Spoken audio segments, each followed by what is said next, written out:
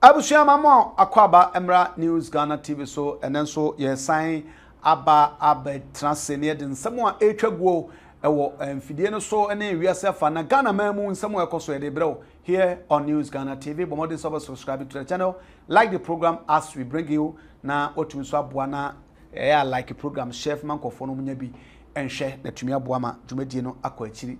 Sabrem no ka say de nansentem na beto dwa yewura Musa Dankwa and info analytics omo de nsem beto dwa say Dr. Bawumia ya no ye flag bearer edema the new patriotic party with the year 2024 general elections no wo gain fit pa che say amanfo guso ya omo nya odosonko edema no che say among the candidate be gian de wono pa na sese de amanfo dodo na no eni di na chi pa che say utu say from 48 to 57% there papa no agya tumu che say wo ye niam wadre ho pa ho ne mu no na yewura osay Asante ono so Musa say asemi de enwanwa na say koye clash between the two ya obi ade ne nsam ede eba abuso ebobo hwini akotie sa nsam ekoso yi Bawumia is gaining gaining grounds. Bawumia is not gaining grounds. Yankuni kotie sa researchers great researchers yi emra yeba nya be sori so.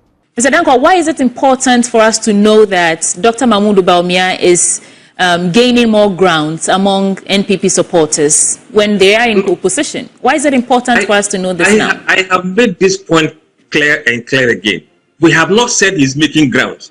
Somebody wrote that. It didn't come to say that he's gaining grounds. I mean, let's make that clear. That didn't come from us. Let me first correct you from there. The 2 million people who didn't vote are not MPP members only. There were 2 million people who didn't vote for MPP compared to the last election. Some of them are MPP, some are NDC, some are floating voters, some are other parties. The fact that their numbers dropped from by 2 million doesn't mean that they were MPP voters. That's the first correction. And now these are general people we spoke to, and what they are telling us is that yes, Dr. Bawumia is their favorite to lead MPP when it comes to Ghanaians, about 48%, but the number shoots up to 57% when you look at the data among just those who say they are MPP. Where is this coming from? Where do you, I mean, if you have been on the grounds, you've, collected all these pieces of information, data, you've analyzed it, but where is it coming from? Where is the increase in the number coming from? No, it's not. There's no increase in the number.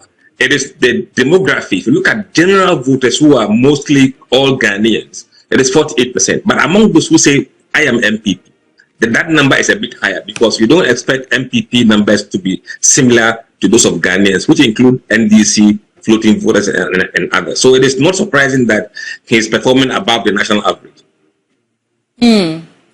What does this mean for Dr. Bawumia? We know that there's been some controversy, and not to play politics with this, but it appears some members of the party, by members I'm referring to Sarah Joseph, who said that the party was probably trying to pin the defeat on Dr. Bawumia. Now we have this data telling us that he actually enjoys a lot of favor from Ghanaians at this point.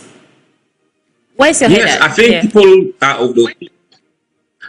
of the opinion that you cannot just give one person one single chance, and that should be the end of it.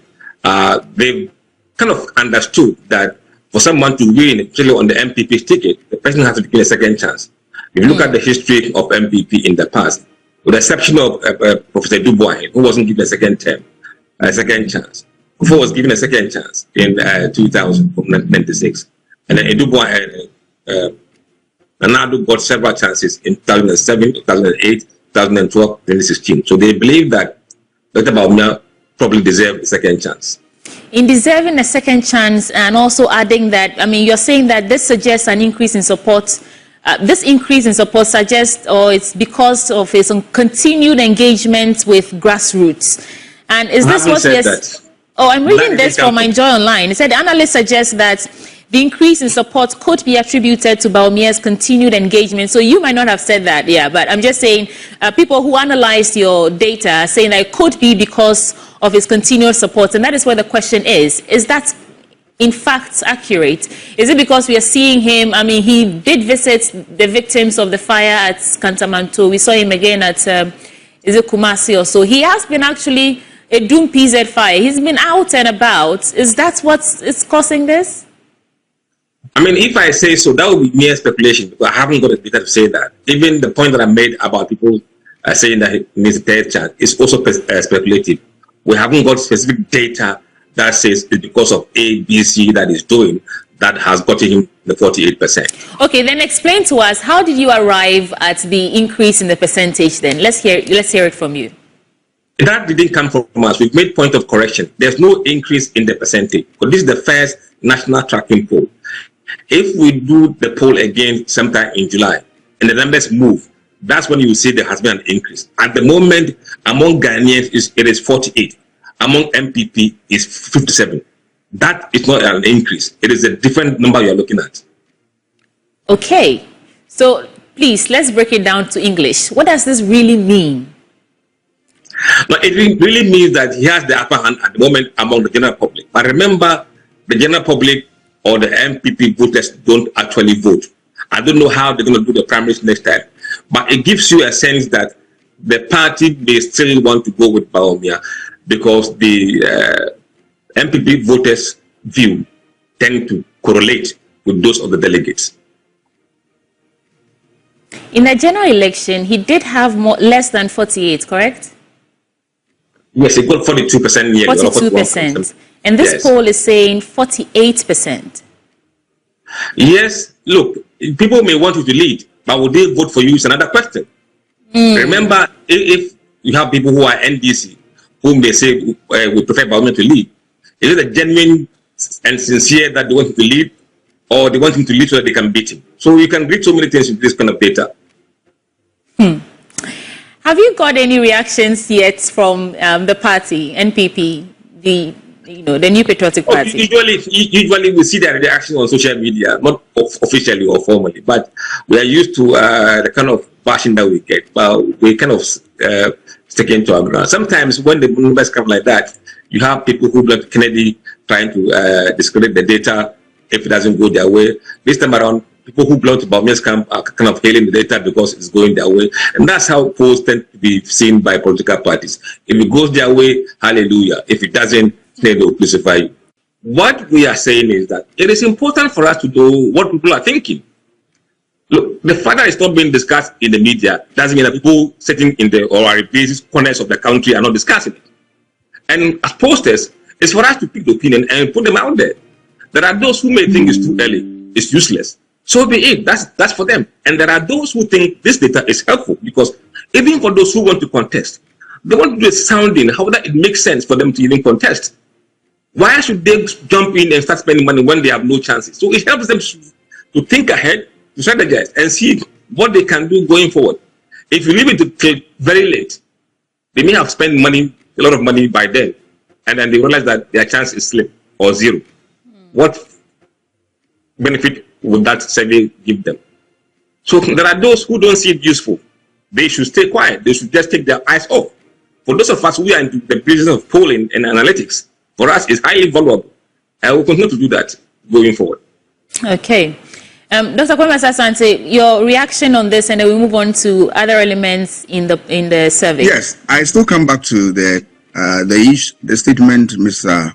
Dankwa said about individual. They pose specific questions about individual. I still have a problem with that because you see, voters, because of what the rational nature of them, they are always looking for things that improve their lot. So individuals come in very little, very, very, very little. Let's take it for the purpose of this conversation that all the people they said they cause their roles, or they perceive them as those who also cause or contributed to their defeat. Let me put it that way. Were the people that they've listed. If we clear them, Nana Akufo-Addo is obviously out. He is not going to contest any election. He's out. If we clear all those people, can Ghanaians still maintain the same statement or not? Is it the people that they are voting against or voting for? It tells you that there's something more to it. Look at this party, which has blossomed from the Dankwa Buzia tradition. Where is Dankwa? You put Dankwa aside. Look at Buzia, who came to office in 1969 and served up to what? 1972. Buzia is dead and gone. Then an offshoot of this party became the Popular Front Party. We didn't win power. But Kufuor came in and then built the MPP. He did a whole lot of things. Kufuor is no more in office. Are they voting? Are people going to give their vote to MPP simply because it's what? Buzia or Kufuor? No, it's the party's record. It's the record. And the record is the function of their performance, which dovetails into this bigger conversation. So when questions are put like that, then I believe that the question is problematic. Because then it reduces the conversation into individuals as opposed to what issues that confront the state. And that is what voter choices is all about. Right. Otherwise, when these individuals are no more on the ballot, are we saying that the status quo is going to remain or change?